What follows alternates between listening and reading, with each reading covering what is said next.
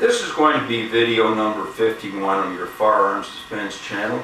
This is going to be a little add-on to video number 50 that I wanted to say a few things that I didn't think of to say and didn't have time to say on video 50. Now, the first thing is, it's possible, it's just possible, I might hear from some people who will send me emails and say, well, gee, I know a few SWAT team members and I know some police officers, and all these people aren't like that, you know. It's just a very, very small percentage of them that give the rest of them a bad name, and these things are just aberrations and they don't really happen all the time. And well, okay, I'm willing to grant that position.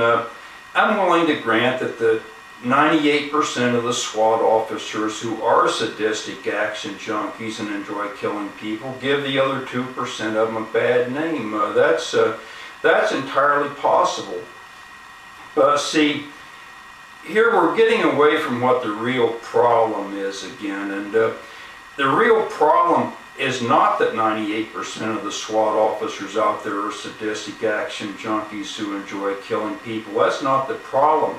See, if we didn't back them with the force of the government and the will of the people, they'd be out there with the rest of the predators, either getting shot at by the armed citizens or they'd be in jail where they belong. They wouldn't have any power.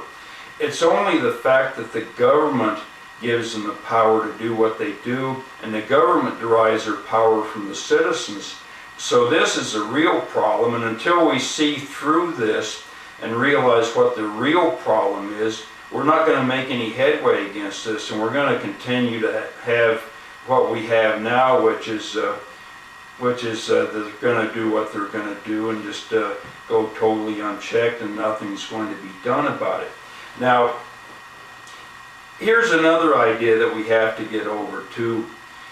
We have to get over the idea that the government bears a responsibility in any form for anything, you know, that any form of care they should take care of us. We have to get over the idea that the government has to protect us.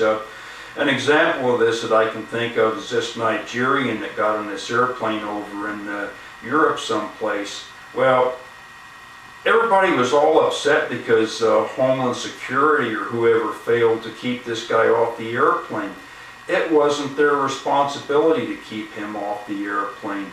The government's responsibility was to recognize that this place that he came from is a terrorist state, and everybody there hates us. Nobody likes us. It was the government's responsibility to keep him totally out of the country to begin with, you know. So that was the government's responsibility.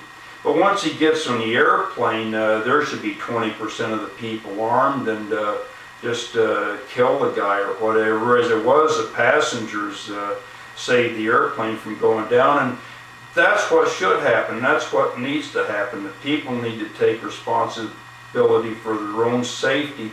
And I'm proud to say that in this instance, the passengers came through real well, and this is a fine example of citizen involvement at work, and this is as things should be. Now, the other thing is, you know, we have to get over the idea of government responsibility towards the people and collectivism and stuff like that in all of its forms. Healthcare is another prime example.